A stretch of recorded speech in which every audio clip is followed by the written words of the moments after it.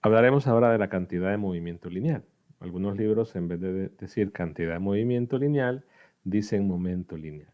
Es bastante importante resaltar esto, la palabra lineal, puesto que posteriormente se va a discutir la cantidad de movimiento angular y hay una diferencia considerable.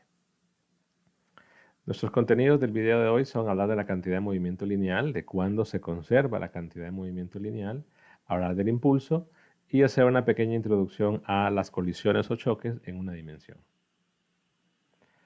Nuestros objetivos es comprender el concepto de cantidad de movimiento, calcular la cantidad de movimiento para un sistema, describir las condiciones para las cuales la cantidad de movimiento se conserva, comprender lo que es el impulso de una fuerza, determinar el impulso de una fuerza, utilizar el teorema del valor medio para integrales para calcular fuerzas impulsivas promedio y formular la segunda ley de Newton en función del cambio en la cantidad de movimiento lineal.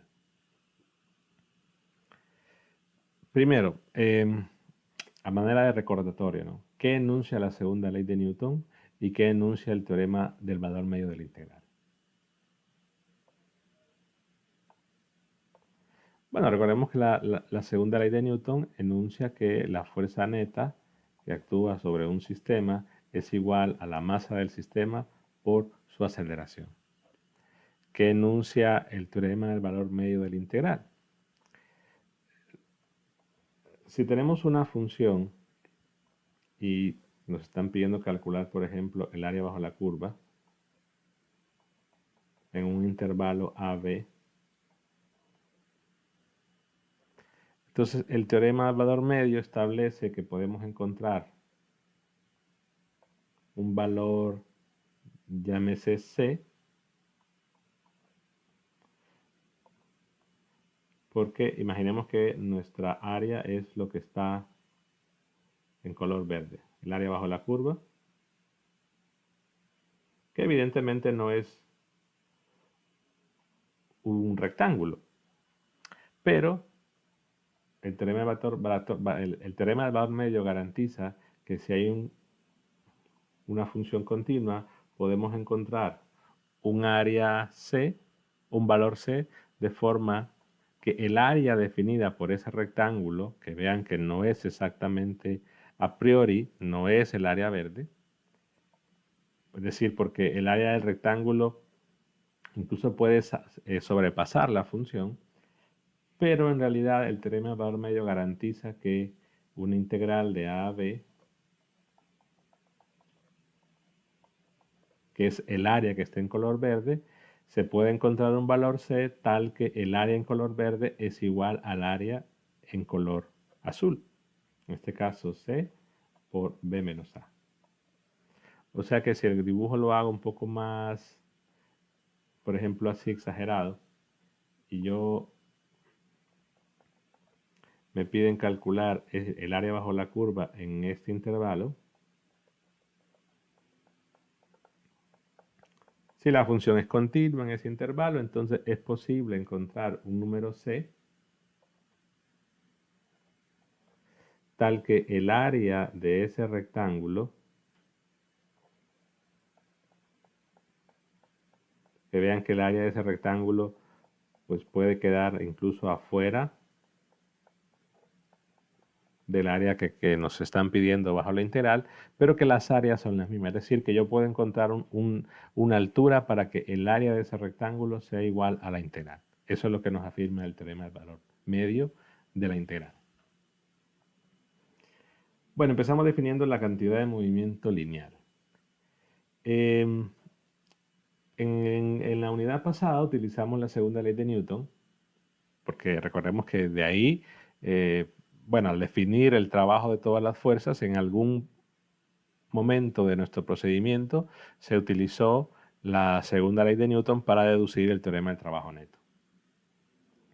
Y vimos que la idea de tener que una cantidad se conserve nos ayudaba a poder obtener información del movimiento de un objeto simplemente conociendo lo que ocurría en el punto inicial y en el punto final, y muchas veces pues omitir o no tomar en cuenta lo que ocurre en puntos intermedios. Vamos a ver que otra manera de poder reformular la segunda ley de Newton a partir de la cantidad de movimiento y así poder establecer cuándo se conserva. Entonces, de la segunda ley de Newton se utilizó para reformular el teorema del trabajo neto y después el teorema de conservación de la energía. Pues vamos a reformular nuestra segunda ley de Newton. Perdón, aquí no es vector. Reformular nuestra segunda ley de Newton en términos de la cantidad de movimiento.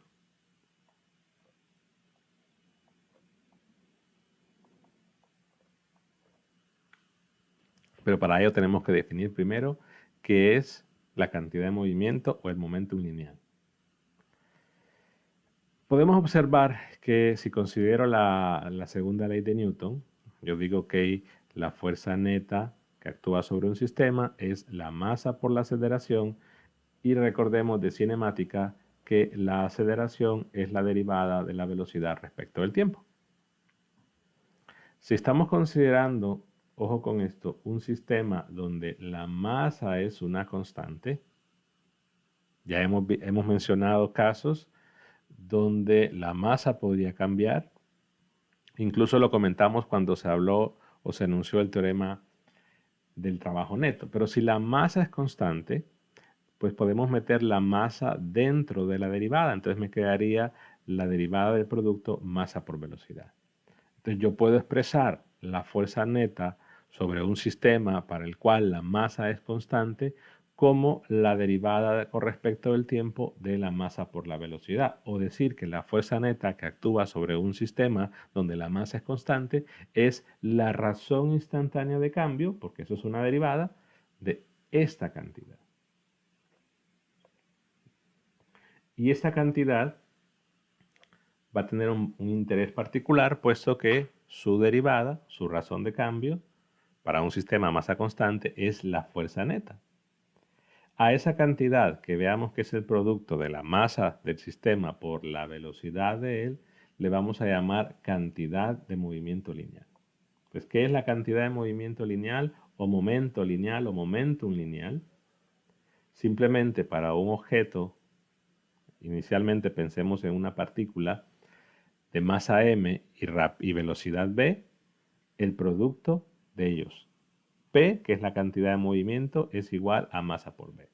Debemos establecer, en primer lugar, que es una P minúscula y que la cantidad de movimiento es un vector, puesto que la velocidad es un vector. Entonces veamos que a partir de esta definición, siendo P igual a la masa por la velocidad, vamos a poder establecer la segunda ley de Newton. Es decir, que yo puedo decir que la fuerza neta que actúa sobre un sistema de masa constante m es la razón instantánea de cambio de la cantidad de movimiento. La fuerza neta es igual a la derivada de P con respecto del tiempo. Y en realidad fue de esta forma, eso lo comento más adelante, fue esa forma en la cual o para la cual Newton enunció la segunda ley. En realidad Newton, si revisan la presentación de la ley de Newton, ahí está el enunciado original de Newton. Él hablaba de la cantidad de movimiento. Cuando se mencionó la segunda ley, hacía referencia a esto. Evidentemente, a partir de aquí se puede deducir que la fuerza neta es masa por aceleración, considerando un sistema de masa constante.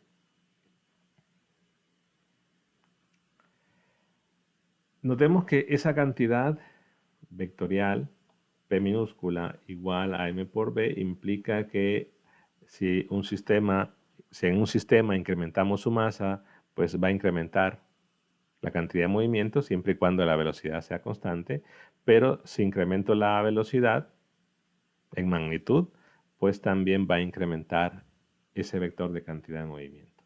La dirección de ese vector, dado que son dos vectores, pero la dirección de este vector P es la misma de la velocidad. O sea que el vector P y el vector velocidad tienen la misma dirección y las unidades,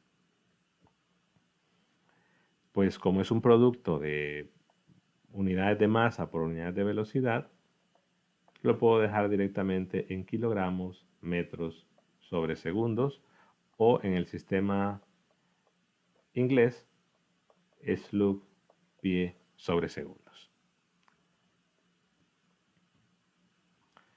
La expresión de que la fuerza neta sea la razón instantánea de cambio de la cantidad de movimiento lineal con respecto del tiempo nos dice que la cantidad de movimiento de una partícula cambia si la fuerza neta, si una fuerza neta actúa sobre la partícula. Es decir, pensémoslo de otra manera. Si la derivada de P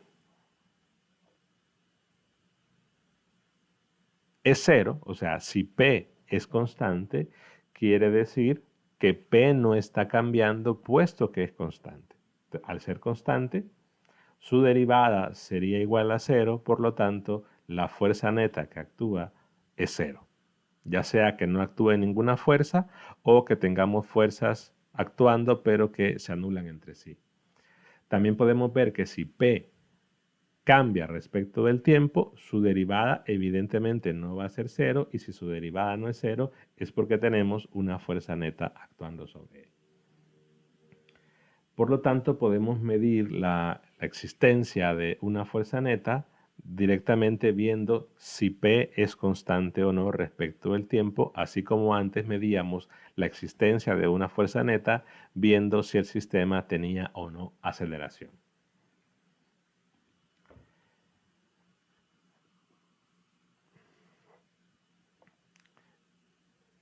La situación es similar desde cierto punto de vista a lo que sucede con la energía, porque recordemos que la energía, si yo tenía transferencia de energía en mi sistema del exterior a nuestro sistema mediante la frontera, entonces teníamos que la energía de los diferentes tipos que podíamos tener, pues en el sistema cambiaba. Es decir, si yo tenía mi sistema y había flujo de energía por diversos factores que atravesaban la frontera, la energía del sistema cambiaba. Es algo muy similar, o se puede ver muy similar a lo que sucedía o a lo que va a suceder con la cantidad de movimiento. Solo debemos aclarar algo. Para consideraciones de energía, un sistema es no aislado si la energía cruza la frontera por cualquiera de los medios indicados. Ya hemos hablado de, podría ser energía de forma de calor, ondas electromagnéticas, etc. Pero decíamos que era aislado si la energía no atravesaba la frontera del sistema. Para hablar de un sistema aislado en cantidad de movimiento, simplemente decimos que es no aislado si una fuerza neta actúa sobre el sistema durante un intervalo de tiempo. O sea, si en un intervalo de tiempo tenemos una fuerza neta actuando sobre nuestro sistema, un minuto, una hora, media hora, entonces vamos a decir que el sistema es no aislado en términos de la cantidad de movimiento.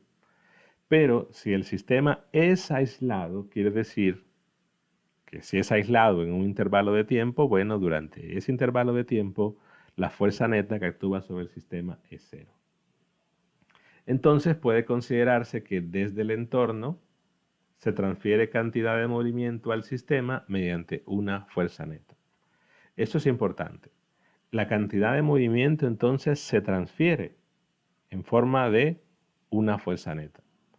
Es decir, que si hay una interacción entre dos objetos y debido a esa interacción se produce una fuerza neta, evidentemente que no sea cero, podemos decir que la cantidad de movimiento se transfiere de manera similar, al menos la idea del término transferir, a lo que sucedía con la energía.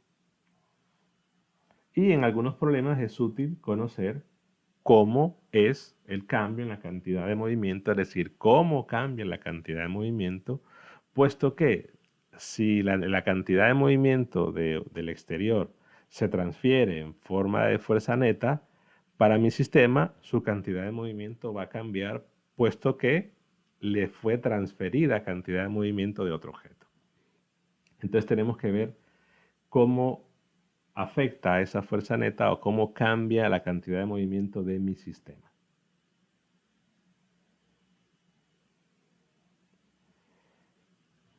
Como observamos a partir de la definición, el concepto de cantidad de movimiento proporciona una distinción cuantitativa entre partículas pesadas y ligeras que se mueven con la misma velocidad. Por ejemplo, es decir, hemos definido que la cantidad de movimiento es la masa por la velocidad. Entonces comparamos objetos que tienen la misma velocidad. Por ejemplo, una bola de boliche tiene una masa mayor que una bola de tenis, por lo tanto, la cantidad de movimiento de la bola de boliche va a ser mayor que la de la bola de tenis o la pelota de tenis, independientemente que tengan la misma velocidad. También se podría hacer una comparación de dos objetos con la misma masa, pero que su velocidad en magnitud fuera diferente. Newton llamó al producto cantidad de movimiento. Es el término más utilizado en libros en traducción en español, pero realmente la traducción del inglés de cantidad de movimiento es momentum, que viene del latín y significa movimiento. Evidentemente, mientras estemos en esta segunda unidad, se debe entender que es una cantidad de movimiento lineal, porque estamos hablando del movimiento de traslación de un objeto. Entonces, después, cuando ya consideremos objetos diferentes, porque todavía veamos que estamos trabajando con partículas, estamos considerando una partícula y que la masa es constante, entonces no hay necesidad por los momentos de diferenciar y decir cantidad de movimiento lineal o cantidad de movimiento angular. Mientras estemos en la segunda unidad, estamos hablando de cantidad de movimiento lineal, aunque solo diga cantidad de movimiento. Repito, si solo digo cantidad de movimiento, nos estamos refiriendo en la segunda unidad a cantidad de movimiento lineal.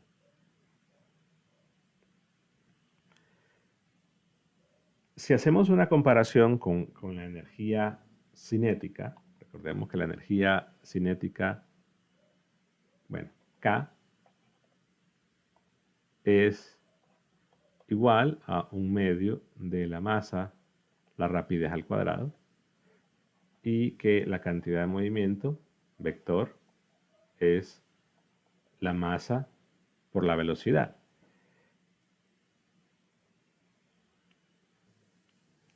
Decíamos que esta energía era energía debido al movimiento, pero que vean que relaciona la masa con la rapidez al cuadrado y esta relaciona la masa con la velocidad. Entonces, alguno se puede preguntar, ¿por qué hay necesidad de otra cantidad que implique o que relacione la masa con la velocidad o la rapidez de mi sistema? Entonces, hay que establecer algunas diferencias. En primer lugar, la energía cinética es un escalar, puesto que es un medio de la masa por la rapidez al cuadrado. Luego la cantidad de movimiento es un vector, masa por velocidad. Entonces, si yo considero un sistema de dos partículas de igual masa que se mueven a lo largo de una línea recta, una hacia la otra,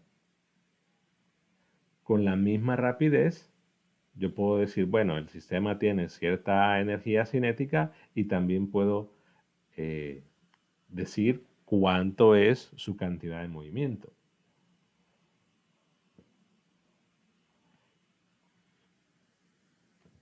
Pero imaginemos que tenemos un sistema formado por un objeto de masa m, otro objeto de masa m, pero imaginemos que se mueven en dirección contraria con la misma rapidez. Cuando hablamos de la energía de este sistema, pues yo puedo decir la energía de este sistema es la energía del primero más la energía del segundo. Entonces, mi sistema, visto como dos objetos que se mueven con la misma rapidez pero en dirección contraria, tienen la misma energía cada uno, dado que la rapidez es la misma. Entonces, mi sistema combinado tiene una energía que sería el doble de la energía que tiene cada objeto. Pero si hablo vectorialmente de la cantidad de movimiento, yo podría decir que es la cantidad de movimiento de un objeto, que es m por b, más la cantidad de movimiento del otro, que es m, y es evidente que los vectores de velocidad son opuestos. Por lo tanto, me queda 0. Entonces, la situación es que para un sistema puedo tener que una cantidad de movimiento es 0, y es 0 por la naturaleza vectorial. La naturaleza vectorial de la definición. O sea, que la cantidad de movimiento puede ser 0, pero la energía cinética no. Entonces ahí establecemos otra diferencia. Y otra diferencia fundamental es que la energía, recordemos que la definición de energía que se transfiere, sí, que la cantidad de movimiento también se transfiere, pero que la energía es la capacidad de hacer algo, y que esa capacidad de hacer algo, en términos generales, no se crea ni se destruye, sino que se transforma. No solo en la cinética, sino en cualquier tipo de energía. Pero en realidad, si hablamos de la cinética en sí, esta energía se puede transformar en energía elástica, se puede transformar en energía potencial gravitacional, o incluso en los problemas donde hay fuerzas no conservativas como la fricción, que son disipativas, entonces se puede transformar también en energía interna. Hablemos de la conservación de la cantidad de movimiento. Imaginemos un sistema formado por dos partículas, M1 y M2, producto de su interacción. Se produce la fuerza en cada una, tenemos el par acción-reacción, de acuerdo a la segunda ley de Newton. Bueno, a la tercera ley de Newton. Y imaginemos que en el sistema, en cada objeto, no actúan otras fuerzas aparte de estas F21 y F12. Por el momento pensémoslo así.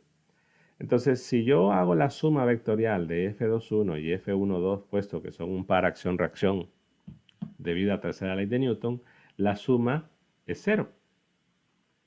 Y si estoy considerando que esas son las únicas dos fuerzas que actúan sobre el objeto 1 y que actúan sobre el objeto 2, F12 sería la fuerza neta que actúa sobre el objeto 1 y F21 es la fuerza neta que actúa sobre el objeto 2, considerando que son las únicas dos fuerzas. Ahora, ¿cómo garantizo eso? Diciendo que el sistema está aislado. O sea que no hay ningún tipo de interacción de mi sistema con algo en el exterior. El único tipo de interacción que hay es entre sí las dos partículas. Ahora, como hemos definido esa restricción, un sistema aislado, esa fuerza F21 es la fuerza neta de 1 y la otra es la fuerza neta de 2. En realidad aquí están al revés, porque F12 es la fuerza neta de 2 y F21 es la fuerza neta de 1. Entonces, como son fuerza neta, vimos que la segunda ley de Newton se puede describir como que la fuerza neta es la razón instantánea de cambio de la cantidad de movimiento. Por lo tanto, la fuerza neta que actúa sobre 1 es la derivada de P sub 1, que es la cantidad de movimiento de 1, y la derivada de P sub 2 es la fuerza neta que actúa sobre 2. Bueno, puedo aplicar la propiedad de linealidad de una derivada y decir que la derivada de la cantidad de movimiento del objeto 1 más la del objeto 2, que puedo decir que esa es la cantidad de movimiento total, vectorialmente hago la suma del P1 más el P sub 2, eso me da el P total de mi sistema aislado. Entonces, esa derivada debe ser 0, por lo tanto, la cantidad de movimiento total de mi sistema aislado se mantiene constante. Entonces, esta suma P sub 1 más P sub 2 para el sistema aislado va a ser igual. O sea que si el objeto 1 se empieza a mover de cierta forma y sigue avanzando y el objeto 2 se mueve de cierta forma y siguen avanzando, de repente los vectores velocidad van a cambiar de dirección y de magnitud, pero la suma P sub 1 más P sub 2 se va a mantener constante. Pero partimos de que estamos considerando un sistema aislado. Entonces lo que acabamos de verificar o de entender es que la cantidad de movimiento se conserva en un sistema que está aislado. Es decir, que el único tipo de interacciones que podríamos tener son las de los objetos entre sí que forman parte de nuestro sistema.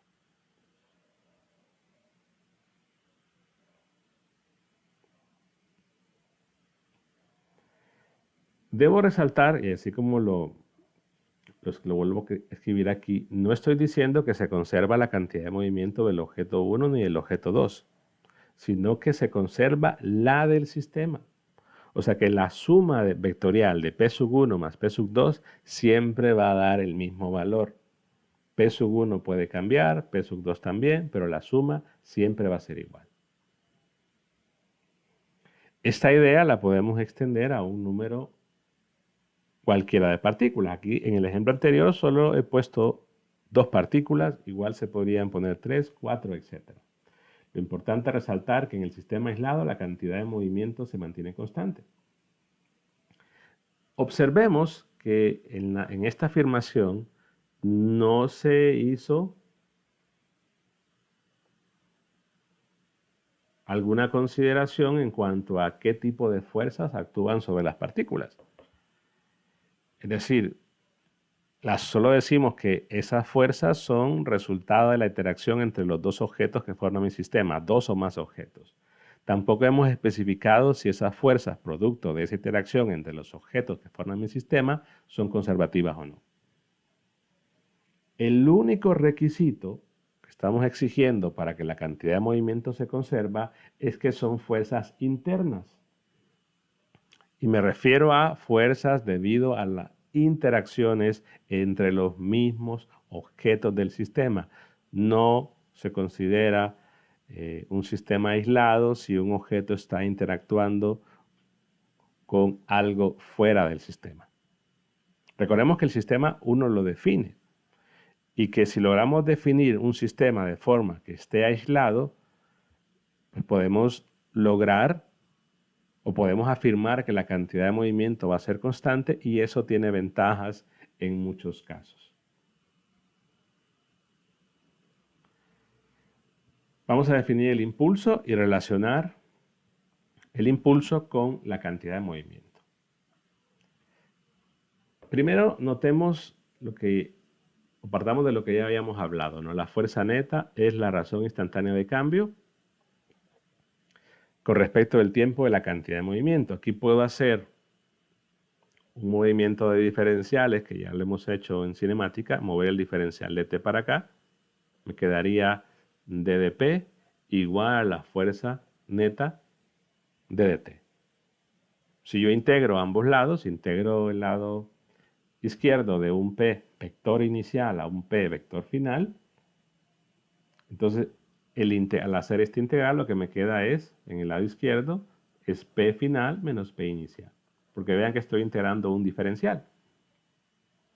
O sea, la integral de d de p es p, evaluada de un punto inicial a un punto final, es la resta que le puedo llamar directamente delta de p.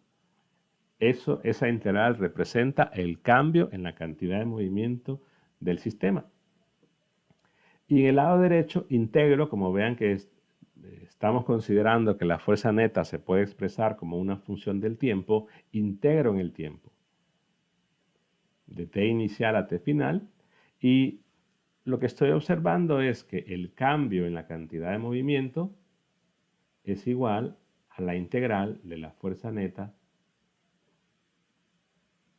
respecto del tiempo. A esa cantidad delta de P, o la integral de la fuerza neta respecto del tiempo, se le conoce como impulso.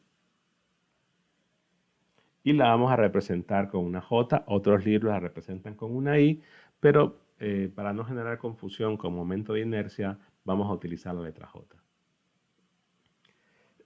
La situación es que para evaluar esta integral necesitamos conocer la fuerza neta como función del tiempo, y esto no siempre es posible. Es decir, no puedo decir cuánto es esta integral si yo no sé de qué forma está cambiando la fuerza neta de un sistema con respecto del tiempo. Ahora, si yo logro medir cuánto era su cantidad de movimiento antes y después, sí puedo evaluar el impulso, pero no con la integral, a menos que tenga una expresión para esa fuerza o un gráfico o alguna relación que me permita decir cuánto es esa integral. Pero lo importante es que el impulso es igual a el cambio de la cantidad de movimiento, por lo tanto, las unidades del impulso van a ser las mismas que la cantidad de movimiento. Si vemos la definición, es una integral de la fuerza con respecto al tiempo, y una integral, recordemos que se interpreta como un área bajo la curva. Por lo tanto, si yo tengo la curva fuerza neta respecto del tiempo, si se tuviese esa expresión, el área entre un instante inicial y un final, esa área que tengo marcado ahí en anaranjado, es igual al impulso. O sea que entendemos que el impulso es el área bajo la curva del gráfico fuerza neta en función del tiempo.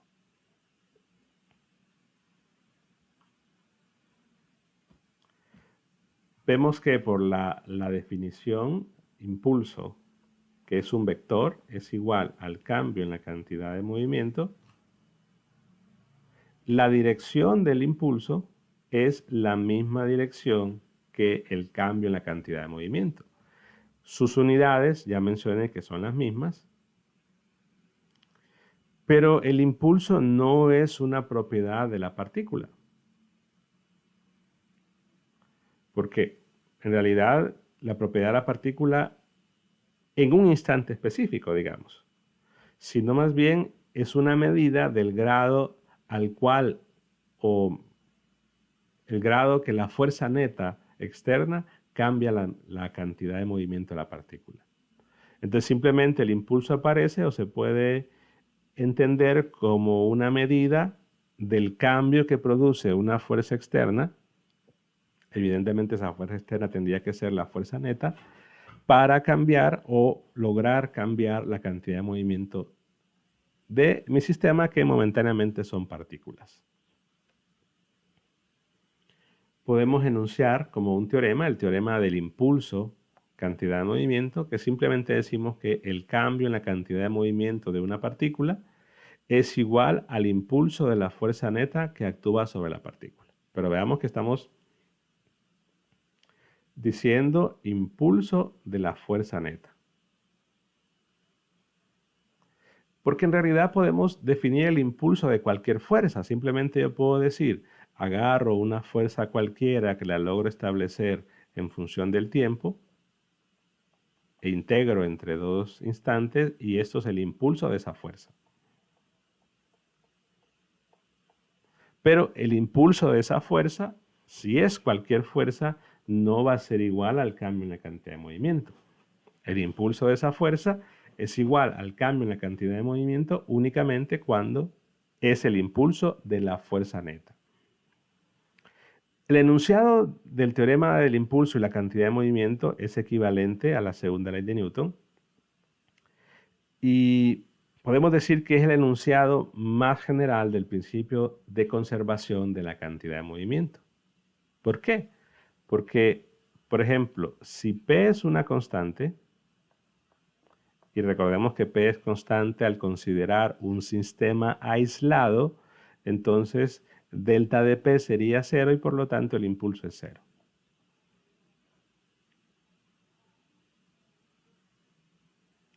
Entonces en un sistema aislado, la cantidad de movimiento es constante y el impulso sería cero. En un sistema que no está aislado, la cantidad de movimiento no es constante y el impulso es un valor diferente de cero. Los sistemas aislados suelen aparecer con mayor frecuencia que los sistemas no aislados, así que en la práctica la ecuación de conservación de la cantidad de movimiento para un sistema aislado la vamos a identificar como un caso especial. Pero evidentemente cuando tengamos un sistema que no es aislado, no vamos a poder decir que la cantidad de movimiento se vaya a conservar, y en algunos casos de sistemas no aislados se puede trabajar bajo ciertas aproximaciones una conservación de la cantidad de movimiento que vamos a mencionar más adelante. Recordemos el teorema del valor medio de la integral que se mencionó al inicio. Nuestra integral entre dos instantes, digamos inicial y final, que sería el área que voy a marcar aquí, bueno, que es lo que está enrayado en azul, ese es el área bajo la curva. La situación es que no puedo conocer, no siempre puedo establecer la fuerza neta, cómo cambia con respecto al tiempo, pero el teorema del valor medio me garantiza que existe un número C, digamos que este es el C, que le estoy llamando fuerza promedio, donde ese C define el área de un rectángulo y que esa área del rectángulo es exactamente igual al área bajo la curva. Y este C está garantizado que exista si la función es continua y diferenciable en ese intervalo. Entonces a ese valor C, en este caso le puedo llamar, o normalmente se le llama fuerza promedio. Y lo que puedo decir entonces que la integral es igual a una fuerza promedio delta de t. Entonces es mucho más simple establecer o obtener información de esta fuerza promedio viendo cómo cambia la cantidad de movimiento del sistema en vez de buscar información de la fuerza neta, que en muchos casos es complicado obtener. ¿Y por qué? Porque de repente los intervalos de tiempo donde se pueda producir una fuerza neta en muchos casos van a ser muy pequeños y esa situación dificulta su cálculo. Por lo tanto, es más conveniente trabajar con el lado derecho de que el cambio en la cantidad de movimiento, que eso es el impulso, es igual a la fuerza promedio delta t. Notemos que esta fuerza promedio es un vector y que este delta t se refiere al cambio o a la diferencia entre los instantes inicial y final que estamos midiendo justamente ese cambio en la cantidad de movimiento. Entonces, cuando decimos que a una partícula se le da un impulso, significa que la cantidad de movimiento se transfiere de un agente externo a dicha partícula. Si le damos un impulso es porque hubo un cambio o porque hay un cambio en su cantidad de movimiento debido al efecto de una fuerza externa. Ya que la fuerza neta que imparte un impulso a otra partícula por lo general puede variar por el tiempo, es conveniente utilizar el teorema del valor medio para la integral y definir una fuerza neta promedio en el tiempo, que también se le suele llamar en muchos casos fuerza impulsiva.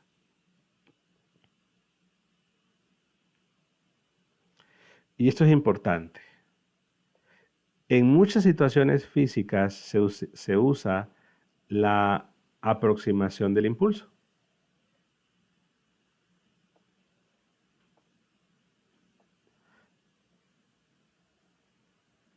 Es decir, se supone que una de las fuerzas ejercidas sobre una partícula actúa durante un tiempo breve, pero es mucho mayor en magnitud que cualquier otra que está siendo presente.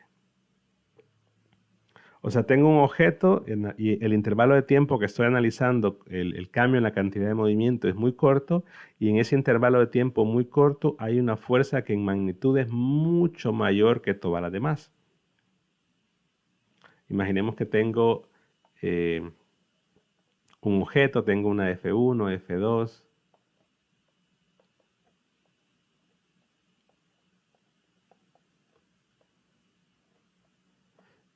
F4, F5, etcétera. Y que tengo la fuerza neta, que es la suma de todas estas, ¿no?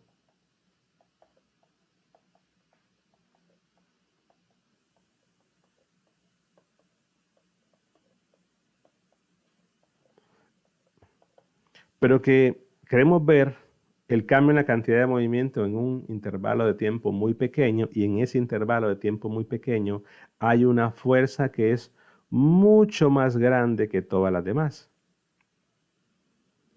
Entonces lo que se hace, la aproximación que se hace es considerar, bueno, que las otras son pequeñas en comparación en ese intervalo de tiempo, y puedo decir que la fuerza neta es únicamente esa fuerza que es mayor en comparación con las otras. Y lo que mido entonces es que el impulso de esta fuerza sería básicamente el impulso de la fuerza neta, y por lo tanto el impulso de esta fuerza es el cambio en la cantidad de movimiento. Recordemos que únicamente cuando es el impulso de la fuerza neta es el que es igual al cambio en la cantidad de movimiento. Como aquí tengo un montón de fuerzas, si yo considero que esta es más grande que todas las demás, entonces su impulso es aproximadamente igual al impulso de la fuerza neta, por lo tanto igual al cambio en la cantidad de movimiento. Entonces puedo medir el cambio en la cantidad de movimiento considerando a esa fuerza que es mayor que todas las demás. Y esa aproximación es bastante útil porque hemos dicho, en un intervalo de tiempo muy pequeño hay una fuerza que es muy grande en comparación con las otras, y eso es bastante útil cuando vemos una colisión o un choque. Es decir, dos objetos que colisionan y que la colisión, el tiempo que interactúan en esa colisión es muy pequeño, y las fuerzas que se producen debido al contacto en la colisión son extremadamente grandes, que se pueden ver o considerar mayores que cualquier otra en ese intervalo de tiempo pequeño. Entonces, cuando se hace esta aproximación, decimos que la fuerza sola, la que es más grande que todas las demás, se conoce como fuerza impulsiva. Entonces, es una aproximación que podemos hacer, pero veamos las restricciones. Tiene que ser mucho mayor que las demás, pero quizá la esencial es que debe producirse, o esa fuerza tiene que ser mayor que las demás en un intervalo muy pequeño. Ya en un intervalo muy grande, la aproximación no es tan buena. Hablando de intervalo de tiempo. Y como esa situación donde hacemos la aproximación, un ejemplo bastante práctico es la de los choques, la mayoría de los problemas o ejercicios de cantidad de movimiento tienen que ver justamente con choques. Ahora, no quiere decir que no haya otros problemas donde no se pueda utilizar la conservación de la cantidad de movimiento para poderlos resolver.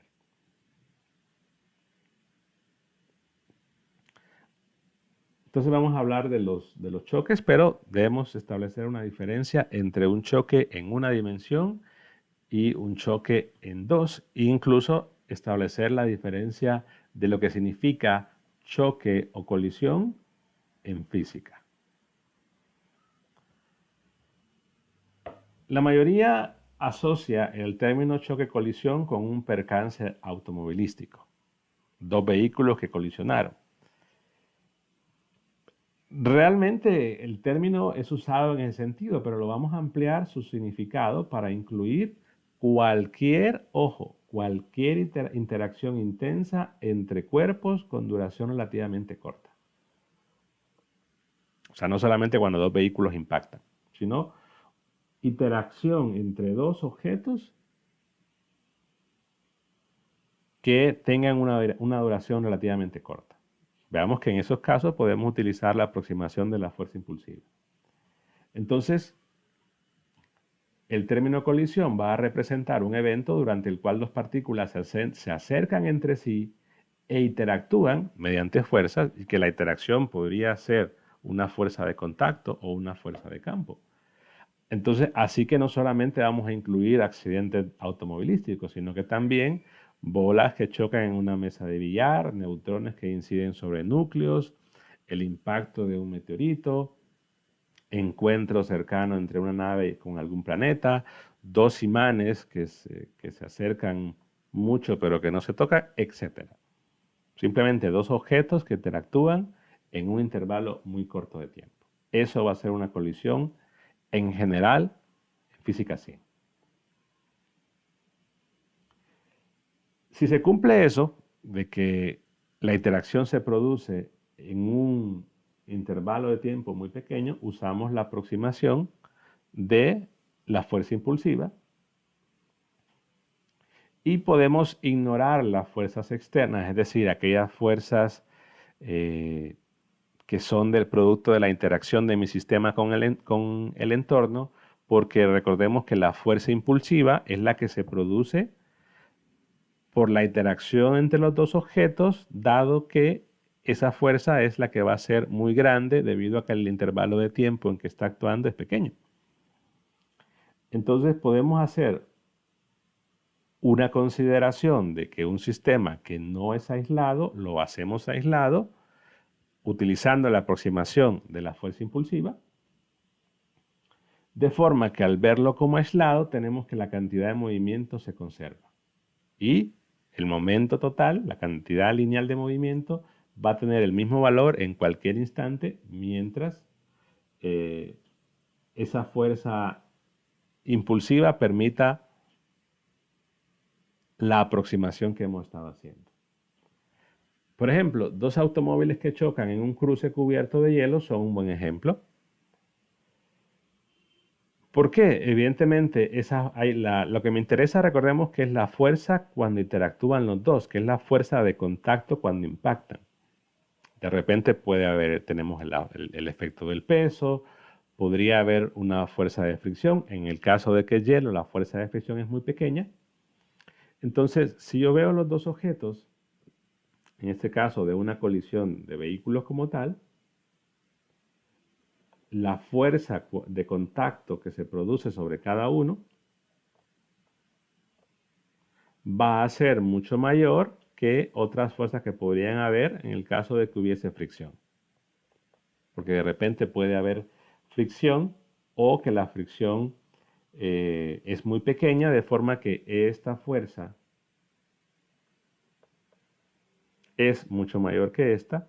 Entonces lo puedo considerar como un sistema aislado porque recordemos que esta fuerza de contacto proviene de la interacción con mi sistema, que son los dos bloques, y la fuerza de fricción es la interacción del bloque con la superficie. Entonces, en situaciones así es que hacemos la aproximación de la fuerza impulsiva.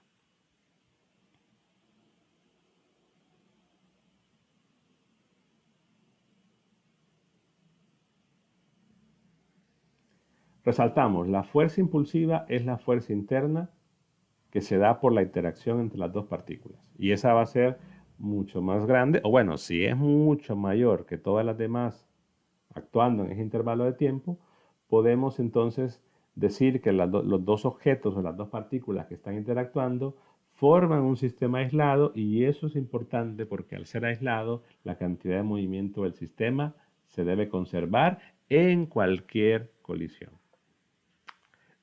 Es decir, en un sistema aislado, la cantidad de movimiento del sistema se debe conservar. Si hablamos de que es una colisión, bueno, entonces se conserva en cualquier colisión.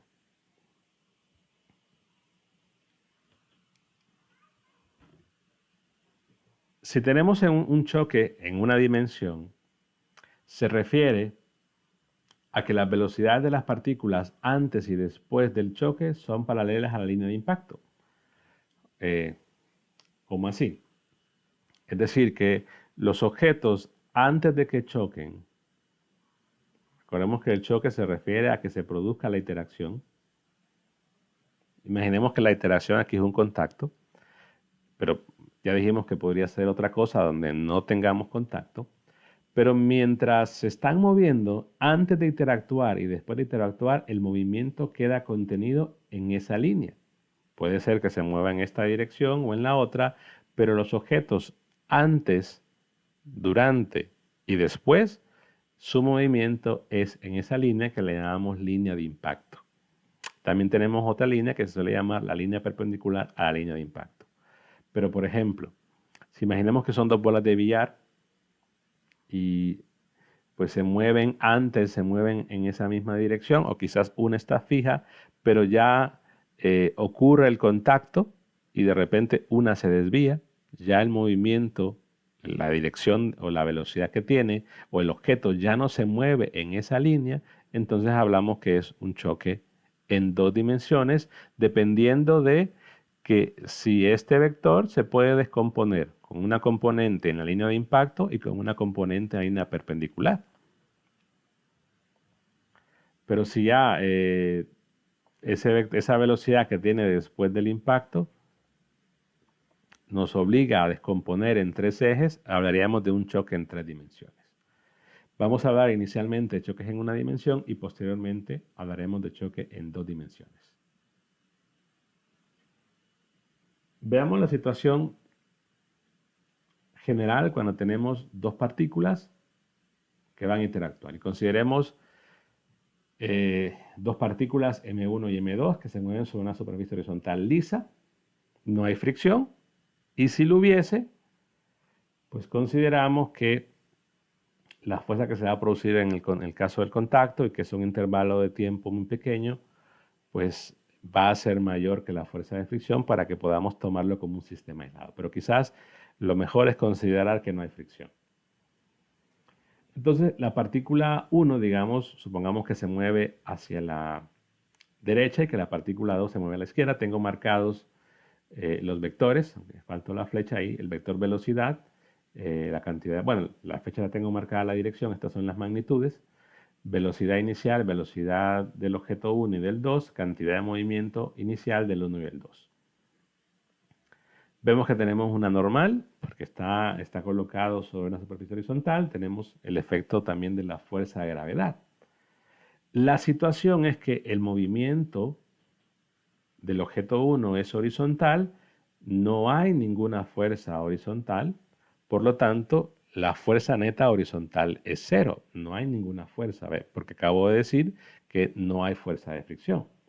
Y en el caso del movimiento vertical, hay fuerzas en el eje vertical, pero como el movimiento no es vertical, la fuerza neta vertical es cero. Entonces, en ambos ejes, la sumatoria de fuerzas es cero, por lo tanto, puedo decir que la fuerza neta en el objeto 1 es cero. Lo mismo puedo decir en el objeto 2. Al hablar de la cantidad de movimiento del objeto 1, pues sería igual a la masa por la velocidad del objeto 1, la inicial de 1, y la cantidad de movimiento inicial es la masa por la velocidad inicial del objeto 2. Notemos como la fuerza neta es cero, mientras están como en la imagen, entonces quiere decir que se están moviendo con una velocidad constante. Quiere decir, en el momento justo antes de chocar, tienen la misma velocidad. O sea que este valor m velocidad inicial es el mismo desde este punto hasta ese punto. La situación es que cuando ya están en contacto, es decir, porque se tocan entre sí o porque imaginemos que son dos imanes y cuando están a cierta distancia ya la fuerza debido a la magnetización de los imanes, pues hace que se produzca un efecto medido con esa fuerza, ¿no? Pero repito, esa fuerza Q, que es la fuerza de interacción, podría ser una fuerza de contacto o podría ser una fuerza de campo. Pero ya actúa sobre el objeto 1, actúa una fuerza horizontal, que en este caso es Q, que va a la izquierda, y por eso digo que la fuerza neta es menos Q. Hablando de que es una fuerza horizontal. Por la misma razón puedo decir que la fuerza neta sobre el objeto 2 es Q, en el caso horizontal, pero va a la derecha. Ahora, lo que puede pasar después de que se produzca la fuerza Q debido a la interacción entre los dos objetos es que el objeto 1 que se movía a la derecha ahora se mueve a la izquierda, o que el objeto 1 se siga moviendo a a la derecha o que se detenga. Lo mismo puede suceder con el objeto 2. Es decir, hay un montón de opciones que se siga moviendo a la derecha, a la izquierda, o que se mueva a la derecha o que se detenga. Por simplicidad, vamos a suponer que lo que ocurre es que el objeto 1 se mueve a la izquierda, a la derecha, y que el objeto 2, el objeto 1 a la izquierda y el objeto 2 a la derecha. Entonces vean que cuando ya no están en contacto o ya no están interactuando, esa fuerza Q desaparece. Por lo tanto, vuelve a ser la fuerza neta del objeto 1, 0, igual la del objeto 2, 0. Pero la situación es que si yo veo solo el objeto 1 entre este instante inicial y este instante final, lo que veo es que la fuerza neta antes y después de que chocaron, y chocar se refiere a que se produzca la fuerza debido a la interacción, antes y después es 0, pero durante el choque no. Entonces, sobre mi objeto 1, entre el instante inicial y el instante final, no se va a conservar la cantidad de movimiento porque la fuerza neta entre el instante inicial y el instante final no siempre fue 0. Entonces, como no se conserva la cantidad de movimiento para el objeto 1, implica que esta cantidad va a ser diferente a esta. Es decir, el que no se conserve la cantidad de movimiento quiere decir que el valor inicial de P para el objeto 1 no va a ser igual al valor final. O sea, lo voy a escribir aquí, aunque lo tengo más adelante, esto no va a ser cierto. Puedo eliminar la masa porque es igual. Y lo que me está diciendo es que la velocidad del objeto 1, producto del choque, va a cambiar. Cambiar me refiero a, de repente cambia su magnitud, cambia su dirección o ambas, pero cambian de alguna forma. Vectorialmente no es el mismo vector. Lo mismo sucede si considero el objeto 2. Para el objeto 2,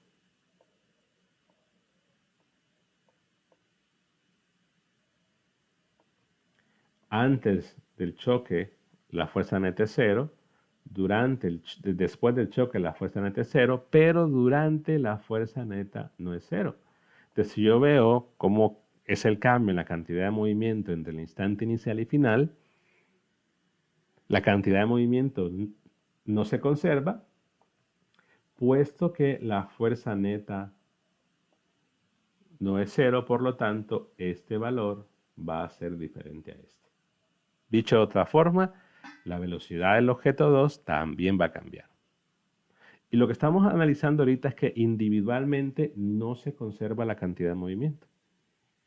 Bueno, y alguien puede decir, bueno, si no se conserva individualmente el movimiento, si no se conserva, ¿para qué plantearlo? Porque la idea es tomarlo, los dos objetos como sistema según lo que se ha visto antes. Si yo los tomo como dos como sistema, antes la fuerza neta de los dos es 0. Después del choque como sistema, la fuerza neta es 0. Y durante el choque, la fuerza neta del sistema es menos Q más Q y es igual a 0. Entonces quiere decir que lo que se va a conservar es la cantidad de movimiento, pero del sistema formado por dos objetos. Situación que habíamos comentado antes, ¿no? Que si estamos considerando un sistema aislado, sean 2, 3 o más objetos, la cantidad de movimiento del sistema se conserva. Pero lo que quiero analizar aquí es que individualmente, o sea, solo el objeto 1 y solo el objeto 2, su cantidad de movimiento no se conserva y que sus velocidades producto del choque deben cambiar. Y esto lo podemos enunciar acá. La cantidad de movimiento de cada partícula no es igual y es lo que acabamos de mencionar. La cantidad de movimiento del objeto 1 antes y después no es la misma, lo mismo del objeto 2. Por lo tanto, las velocidades, aquí sería considerarlo como vector. Aunque estamos en una dimensión, quizás algunos puedan recordar que en una dimensión se pueden omitir los vectores. Pero resalto también que son vectores y de acuerdo a la convención que vimos antes, si estamos considerando un movimiento horizontal, si el movimiento es hacia la derecha, la velocidad es positiva, si es a la izquierda es negativa. Entonces, si recuerdan eso, en una dimensión no hay necesidad de ponerle la flecha de vector. Las velocidades del objeto 1 cambian, las del objeto 2 también, pero las del sistema van a ser iguales. O sea que si yo sumo lo que hay inicialmente de ambas, tiene que ser igual a lo que hay en el estado final de ambas. O sea que esta cantidad no es igual a esta, porque imaginemos que aquí esto nos da 2 y aquí nos da 4, que son diferentes. Esta cantidad no es igual a esta, porque aquí digamos que es 3 y aquí es 1, pero que a la hora de sumarlas, estos números son para dar un ejemplo, ¿verdad? Es decir, que puedo tener que las cantidades individuales no sean iguales, pero que al sumarlas me tiene que dar lo mismo. Ahora, ¿entre qué dos instantes se va a conservar? Entre los instantes donde el sistema se puede considerar que es aislado o se está haciendo una aproximación como que es aislado. Entre esos instantes es que se va a conservar.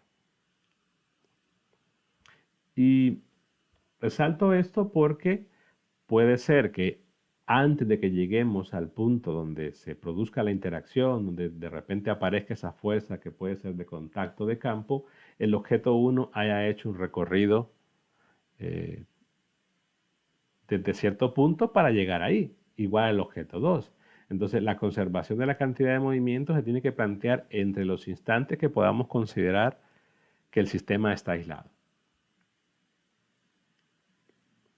O sea, me refiero a esto. Las velocidades que se van a considerar en esta expresión son las velocidades justo antes y justo después. Y con justo antes y justo después me refiero en la porción de que el sistema es considerado como aislado. Es decir, justo antes y justo después podría ser las velocidades que tienen antes de chocar, pero cuando están rozándose, y las velocidades que tienen después de chocar, pero que están extremadamente cerca. Es decir, es el intervalo de tiempo en el que se produce, la interacción o el intervalo de tiempo donde yo considero instante inicial y final, es muy pequeño. Pero quizás el objeto 1, antes de llegar a ese punto que es justo antes, igual el objeto 2, pues tendrá un recorrido y habrá hecho quizás muchas cosas para adquirir esa rapidez que tiene justo antes.